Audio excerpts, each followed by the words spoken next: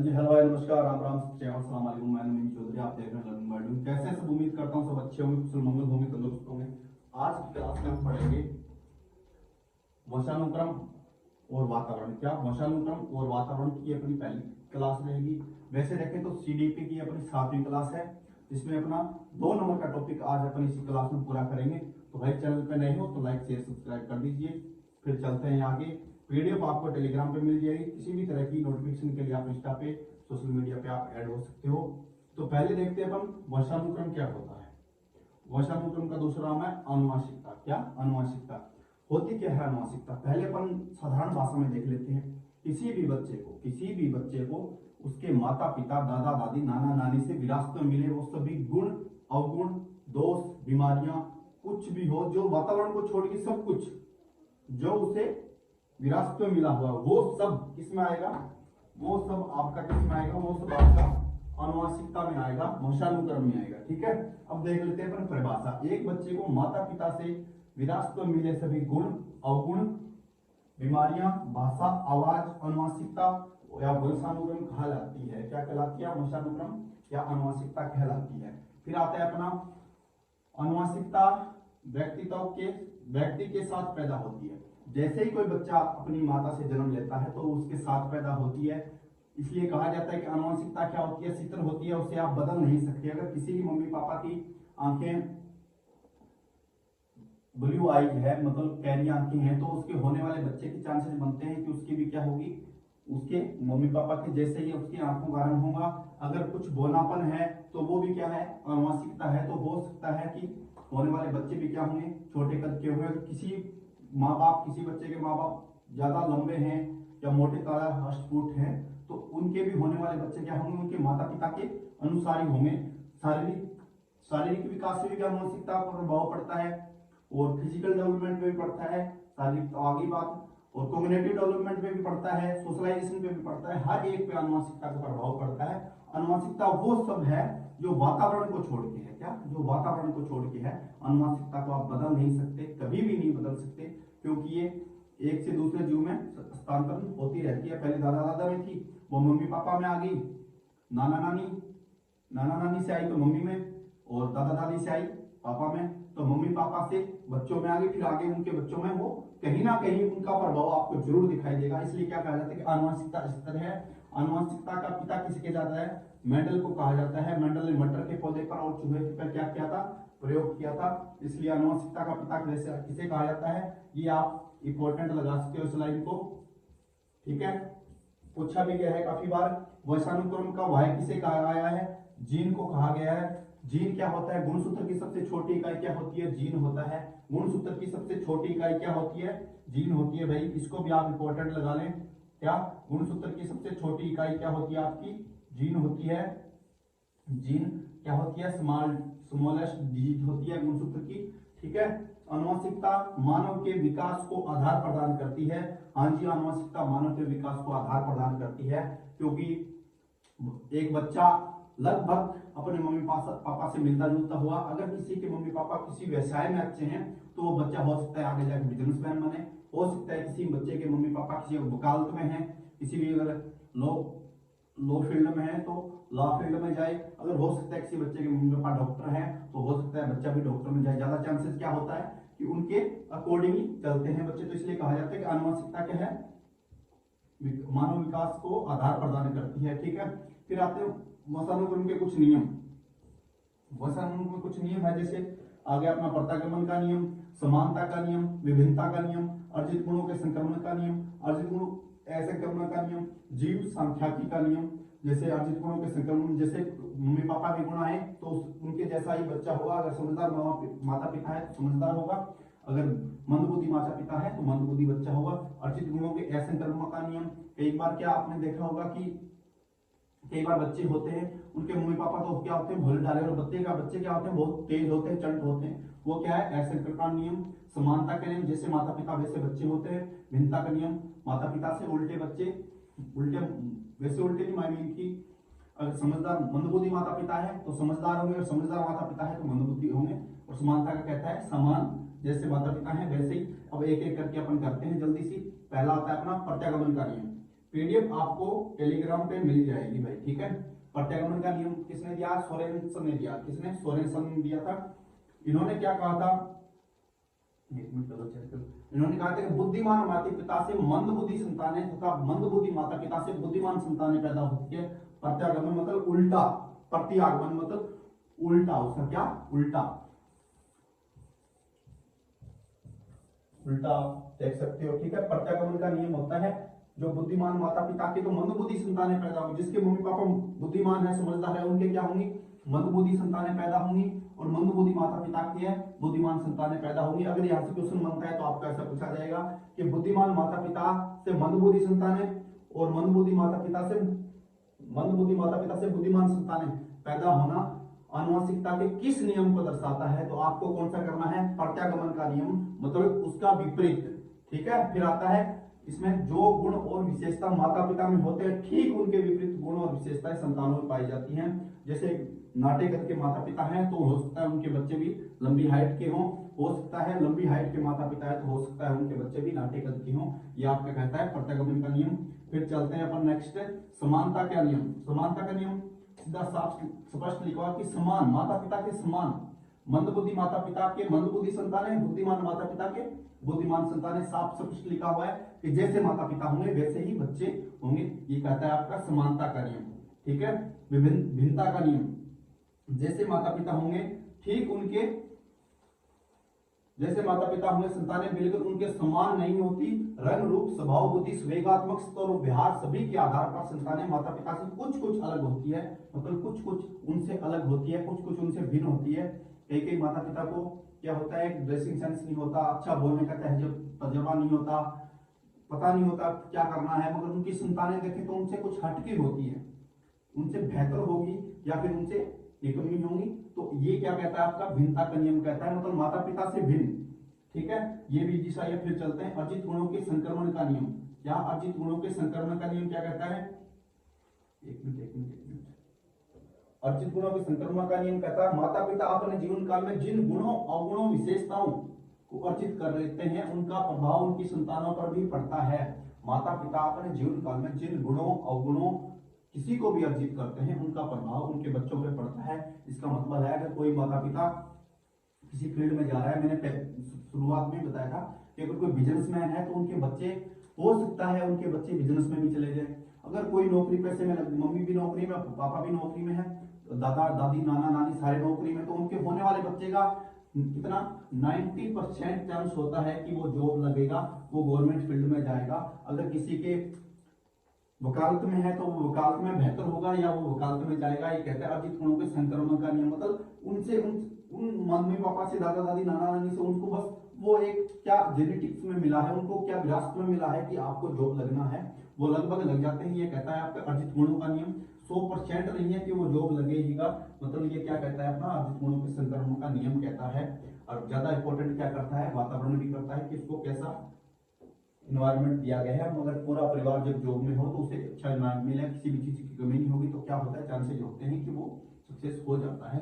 फिर आ जाता है अर्जित गुणों के असंक्रमण नियम, मतलब उसके उल्टा, इसके अर्जित गुणों के संक्रमण के नियम के बिल्कुल विपरीत, ठीक है। माता पिता अपने जीवन काल में जिन गुणों या अवगुणों को अर्जित करते हैं उनका प्रभाव उनकी संतानों पर नहीं पड़ता। क्या? उनका प्रभाव उनकी संतानों पर नहीं पड़ता। कई बार देखा है कि अगर कोई बड़ा वकील है, उसके बच्चे भी क्या होते हैं? पढ़ाई लिखाई में कमजोर होते हैं और आवारागर्दी करते हैं। कोई बड़ा मजिस्ट्रेट है, थानेदार है, फौजी है, आर्मी में किसी में भी हो, उनके बच्चे भी क्या होते हैं? बड़े बड़े बिजनेसमैन बन जाते हैं। कई बार क्या होता है? बड़े बड़े बिजनेसमैन के बच्चे क्या हो जाते हैं? अफंडर हो जाते हैं। तो ये कहता है अर्जित गुणों के असंक्रमण का नियम। फिर चलते हैं अपन नेक्स्ट, जीव सांख्यिकी का नियम। जीव सांख्यिकी का नियम क्या कहता है? संतानें केवल अपने माता पिता से ही गुणों अवगुणों विशेषताओं दोष इनको अर्जित नहीं करती, बल्कि वो अपने दादा दादी नाना नानी से भी अपने गुणों को अर्जित करती हैं, ठीक है। संतानें केवल अपने माता पिता से ही गुणों अवगुणों विशेषताओं स्वभाव व्यवहार को प्राप्त नहीं करती, बल्कि वे अपने दादा दादी और परिवार के अन्य पूर्वजों से भी गुणों को प्राप्त करते हैं। अन्य पूर्वज देखें, नाना नानी, दादा दादी, नाना नानी, इन सभी से क्या करते हैं? वो कुछ न कुछ उनमें भी मिलता जुलता होता है। कई बार आपने देखा होगा कि छोटा बच्चा हुआ है, उसको आपने समाज में देखा होगा कि इसकी नाक तो इसकी नानी जैसी है और इसके होठ इसके दादा जैसे हैं और इसका सिर है, इसके कान है उसके दादा जैसे हैं, नाक नाना जैसा है, तो वो क्या होता है, जीव सांख्यिकी का नियम होता है कि थोड़ा थोड़ा गुण सबसे मिलता जुलता होता है, दादा से, दादी से, नाना से, नानी से। ठीक है, फिर चलते हैं नेक्स्ट। संतानें केवल अपने पितर पक्ष से ही गुणों को प्राप्त नहीं करती, उनके साथ साथ मातृ पक्ष यानी नाना नानी से भी उनके पूर्वजों के गुणों को प्राप्त करती हैं। ये थे कुछ आपके नियम। बहुत इजी सा टॉपिक है, 2 नंबर आपके सीटेट में, चाहे आप आगे बीपीएससी का जो स्पेशल एजुकेशन की वैकेंसी चाहिए उसमें भी आपसे पूछा जाएगा। ठीक है, फिर आते हैं मेंडलवाद क्या है। मेंडल ने मटर के पौधे पर तथा चूहे पर अपना प्रयोग किया था। मेंडलवाद क्या है, मेंडल द्वारा मेंडल को क्या कहा गया है, आनुवंशिकता के पिता कहा गया है। उन्होंने आनुवंशिकता पे सबसे पहले बात की थी। संतानों में माता पिता की तुलना दादा दादी का प्रभाव अधिक दिखाई देता है। मेंडल ने कहा था कि संतानों में माता पिता की तुलना दादा दादी का प्रभाव अधिक दिखाई देता है। कई बार आपने देखा हो छोटा बच्चा दादा से ज्यादा लगाव रखता है और वो दादा जैसा ही ख्याल करता है, मतलब अपने दादा जैसा होता है। ठीक है, वंशानुक्रम के कारण ही एक ही माता पिता में उत्पन्न होने वाले संतानों में भी व्यक्तिगत भिन्नताएं पाई जाती है। ये प्रश्न आपसे पूछा जाता है, ये इंपॉर्टेंट कर दीजिए भैया, इंपॉर्टेंट। ठीक है, वंशानुक्रम के कारण एक ही माता पिता से उत्पन्न संतानों में भी व्यक्तिगत भिन्नताएं पाई जाती है। एक माँ बाप के 2 बच्चे हैं, चाहे लड़की या लड़की हो या लड़का हो, उनमें दोनों में भी आपको बहुत सारे अंतर देखने को मिलेंगे। हो सकता है छोटा हो सकता है कि हाइट ज्यादा हो सकता है पढ़ने में इंटेलिजेंट, हो सकता है पढ़ने में कमजोर हो सकता है का बिहेवियर बहुत अच्छा हो सकता है का बिहेवियर बहुत बुरा हो। वो किसकी वजह से होता है, वो वंशानुक्रम के कारण होता है, वंशानुगत के कारण होता है। ठीक है, फिर चलते हैं नेक्स्ट। अब ये थोड़े से क्वेश्चन टाइप में है, देख लीजिए। क्या बच्चों के विकास पर वंशानुक्रम का प्रभाव पड़ता है? हाँ पड़ता है। किन किन चीजों में पड़ता है, किसने बताया है कि पड़ता है? क्या चरित्र पर प्रभाव पड़ता है? चरित्र पर प्रभाव पड़ेगा। अगर संस्कारी माता पिता है तो बच्चे भी क्या होंगे, संस्कारी होंगे। अगर एक असभ्य फैमिली से, असभ्य परिवार से माता पिता है, असभ्य परिवार से बिलोंग करते हैं, तो हो सकता है बच्चे भी चरित्रहीन हो। महानता पर प्रभाव किसने कहा है, गाल्टन ने कहा है कि अगर किसी बच्चे के मम्मी पापा किसी फील्ड में महानता को हासिल किए हुए हैं, पीछे मैंने बताया जैसे बिजनेस में, वकालत में, डॉक्टरी लाइन में, किसी भी चीज में, तो बच्चा भी क्या करेगा, उसमें महानता हासिल करेगा। वैश्विक योग्यता पर प्रभाव केटल ने कहा है, आपको याद रखना हो, केटल स्टील से याद रख, स्टील की केटली। महानता गाल्टन। चरित्र पर प्रभाव डगडेल। चरित्र क्या होता है, डगमगा जाता है, तो आप डगडेल याद रखिए, डगडेल। और महानता पर प्रभाव गाल्टन। व्यावसायिक योग्यता पर प्रभाव केटल, स्टील की केटली, केटल। उससे याद रखिए शारीरिक लक्षणों पर प्रभाव पियर्सन। शारीरिक लक्षणों पर प्रभाव मतलब किसी की आंखें का रंग माता पिता की जैसा होना, ठीक है, किसी अंक का बड़ा होना, नाटे कद के होना, बहुत ज्यादा हाइट होना, ये सब क्या है, शारीरिक प्रभाव होते हैं। प्रजाति की श्रेष्ठता पर प्रभाव, प्रजाति की श्रेष्ठता पर प्रभाव देखा जाए मतलब अमेरिका की स्वेज जाति जो गोरे लोगों से वो क्या है, श्रेष्ठ है। जैसे प्रजाति की श्रेष्ठता में देखा जाए तो अनुवांशिकता में देखें, सातवें वातावरण में देखें, जम्मू कश्मीर के लोग हैं तो वहां पे क्या है, उनमें जेनेटिक्स है, उनमें अनुवांशिकता है कि वहां के बच्चे गोरे होंगे ही होंगे, चाहे वो आज से 20 साल पहले के हों चाहे 20 साल बाद के हों, क्योंकि वहां का एनवायरनमेंट भी ऐसा है। इसका एग्जांपल है कि अमेरिका की श्वेत जाति गोरी जाति से श्रेष्ठ है, तो यह है प्रजाति का श्रेष्ठता का प्रभाव। ठीक है, फिर चलते हैं नेक्स्ट। ये आपका वातावरण आ गया। उससे पहले मैं आपको एक छोटी चीज और बता दूं, एक मिनट टाइम चेंज कर देता हूं।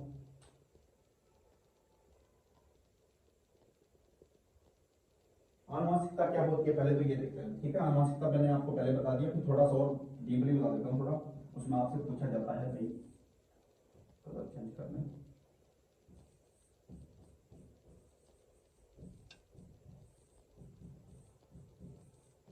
आनुवंशिकता, ठीक है,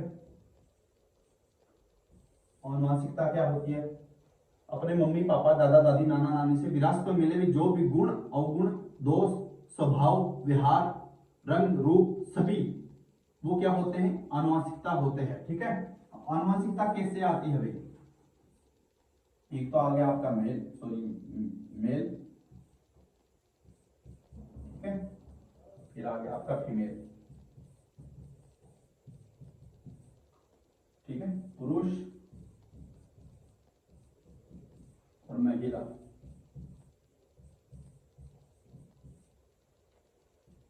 जैसे ही क्या होते हैं जनन कोशिकाएं, क्या जनन कोशिकाएं आपकी जब सक्रिय होती है, क्या जनन कोशिकाएं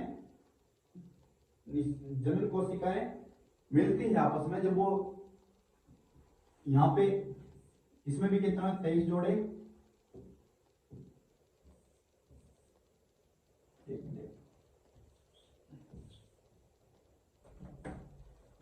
देखते हैं तो अपने कितने होते हैं 46 गुणसूत्र है, कितने 46 जोड़े देखे जाए भाई तो जोड़े होते हैं आपके 23, कितने जोड़े होते हैं आपके 23 और आपकी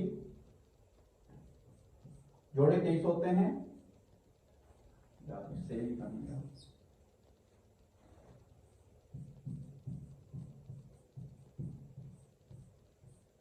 गुणसूत्र होते हैं आपके भाई 46, जोड़े देखे जाएं तो होते हैं आपके 23, कितने जोड़े होते हैं आपके भाई 23 जोड़े होते हैं महिला में, 23 होते हैं पुरुष में, ठीक है।